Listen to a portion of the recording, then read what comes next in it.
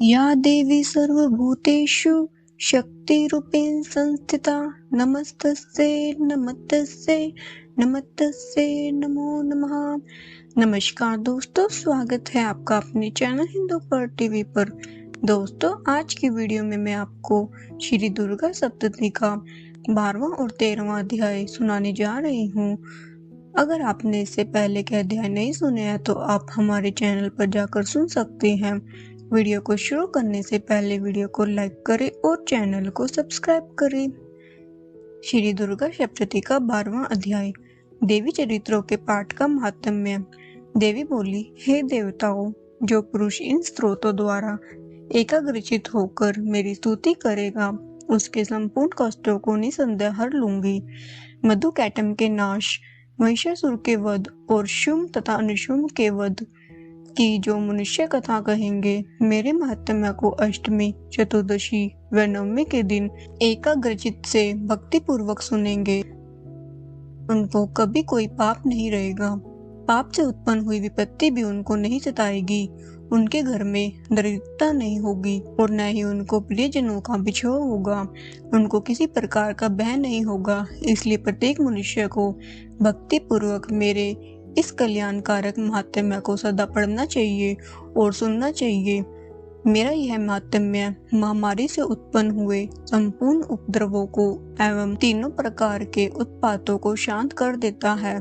जिस घर व मंदिर में या जिस स्थान पर मेरा यह स्तोत्र विधि पूर्वक पढ़ा जाता है, उस स्थान का मैं कभी त्याग नहीं करती और वहाँ सदा ही मेरा निवास रहता है। बलिदान, पूजा, होम और महोत्सव में मेरा यह चरित्र उच्चारण करना तथा सुनना चाहिए। ऐसा हवन या पूजन मनुष्य जानकर या बिना जाने करे, मैं उसे तुरंत ग्रहण कर लेती हूँ। और शरद काल में प्रत्येक वर्ष जो महापूजा की जाती है, उनमें मनुष्य भक्ति पूर्वक मेरा यह महात्म्य सुनकर सब विपत्तियों से छूट जाता है और धन और धान्य तथा पुत्र आदि से संपन्न हो जाता है। और मेरे इस महात्म्य व कथाओं इत्यादि को सुनकर मनुष्य निर्भय हो जाता है और महात्म्य के श्रवण करने वाले के शत्रु नष्ट हो जाते हैं तथा कल्याण की प्राप्ति होती है और उनका कुल आनंदित हो जाता है। सब कष्ट शांत हो जाते हैं तथा भयंकर सपन दिखाई देना तथा घरेलू दुख इत्यादि सब मिट जाते हैं। बाल गृह में ग्रसित बालकों के लिए यह मेरा महात्म्य परम शांति देने वाला है। मनुष्य में फूट पड़ने पर यह भली भांति मित्रता करवाने वाला है। मेरा यह महात्म्य मनुष्य को मेरी जैसी सामर्थ्य की प्राप्ति करने वाला है।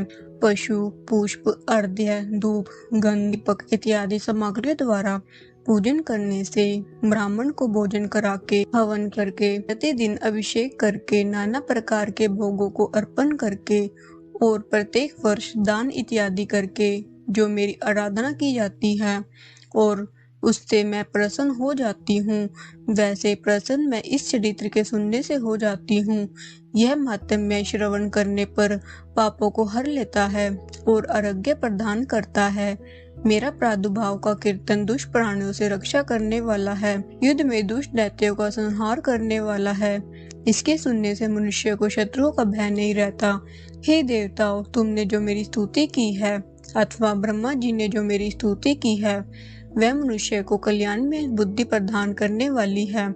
वन में सूने मार्ग में अथवा दावानल से गिरे हुए जाने पर, वनों में चारों ओर से गिरा हुआ या शत्रु द्वारा पकड़ा हुआ, जंगल में सिंहों से, व्याघ्रों से या जंगली हाथियों द्वारा पीछा किया हुआ, राजा के क्रोध हो जाने पर, मारे जाने के भय से, समुद्र में नाव के डगमगाने पर, भयंकर युद्ध में फंसे होने पर, किसी भी प्रकार से पीड़ा से पीड़ित होने पर, घोर बाधाओं से दुखी मनुष्य मेरे इस चरित्र को स्मरण करने से संकट से मुक्त हो जाता है। मेरे प्रभाव से सिंह, चोर या शत्रु इत्यादि दूर भाग जाते हैं और पास नहीं आते। महर्षि ने कहा, प्रचंड पराक्रम वाली भगवती चंडिका यूं कहने के पश्चात सब देवताओं को देखते ही देखते अंतर्ध्यान हो गई और संपूर्ण देवता अपने शत्रुओं के मारे जाने पर पहले की तरह यज्ञ भाग का उपभोग करने लगे और उनको अपने अधिकार फिर से प्राप्त हो गए तथा युद्ध में देवताओं के शत्रुओं शुंभ व निशुंभ के देवी के हाथों मारे जाने पर बाकी बचे हुए राक्षस पाताल को चले गए। हे राजन, इस प्रकार भगवती अंबिका नित्य होती हुई भी बार बार प्रकट होकर इस जगत का पालन करती है, इसको मोहित करती है, जन्म देती है और प्रार्थना करने पर समृद्धि प्रदान करती है। हे राजन, भगवती ही महाप्रलय के समय महामारी का रूप धारण कर लेती है। वही संपूर्ण ब्रह्मांड में व्याप्त है और वही समय समय पर महाकाली तथा महामारी का रूप बनती है। स्वयं अजन्मा होते हुए भी सृष्टि के रूप में प्रकट होती है। वह सनातनी देवी प्राणियों का पालन करती है और मनुष्य के अभ्युदय के समय में लक्ष्मी का रूप बनाकर स्थित हो जाती है। अभाव के समय दरिद्रता बनकर विनाश का कारण बन जाती है। पुष्प, धूप और गंध आदि से पूजन करने से, उसकी स्तुति करने से वह धन एवं पुत्र देती है और नरम विश्व बुद्धि प्रदान करती है। इस प्रकार श्री दुर्गा सप्तशती का अध्याय समाप्त हुआ। जय माता दी। दुर्गा सप्तशती का 13वां अध्याय। राजा सूरत और वैश्य को देवी का वरदान। महर्षि मेधा ने कहा, हे राजन, इस प्रकार देवी के उत्तम महात्म्य का वर्णन मैंने तुमको सुनाया। जगत को धारण करने वाली इस देवी का ऐसा ही प्रभाव है। वही देवी ज्ञान को देने वाली है और भगवान विष्णु की इस माया के प्रभाव से तुम और यह वैश्य तथा अन्य विवेकी जन मोहित होते हैं और भविष्य में मोहित होंगे। हे राजन, तुम इसी परमेश्वरी की शरण में आ जाओ। यही भगवती आराधना करने पर मनुष्य को भोग, स्वर्ग तथा मोक्ष प्रदान करती है। मार्कंडेय जी ने कहा, महर्षि मेधा की यह बात सुनकर राजा सूरत ने उन उग्र व्रत वाले ऋषि को प्रणाम किया और राज्य के छीन जाने के कारण उसके मन में अत्यंत ग्लानि हुई और वह राजा और वैश्य तपस्या के लिए वन को चले गए और नदी के तट पर आसन लगाकर भगवती के दर्शनों के लिए तपस्या करने लगे। उन्होंने नदी के तट पर देवी की मूर्ति बनाई और पुष्प, धूप, दीप तथा हवन द्वारा उसका पूजन करने लगे। पहले उन्होंने आहार को कम कर दिया, फिर बिल्कुल निराहार होकर भगवती में मन लगाकर पूर्वक उसकी आराधना करने लगे।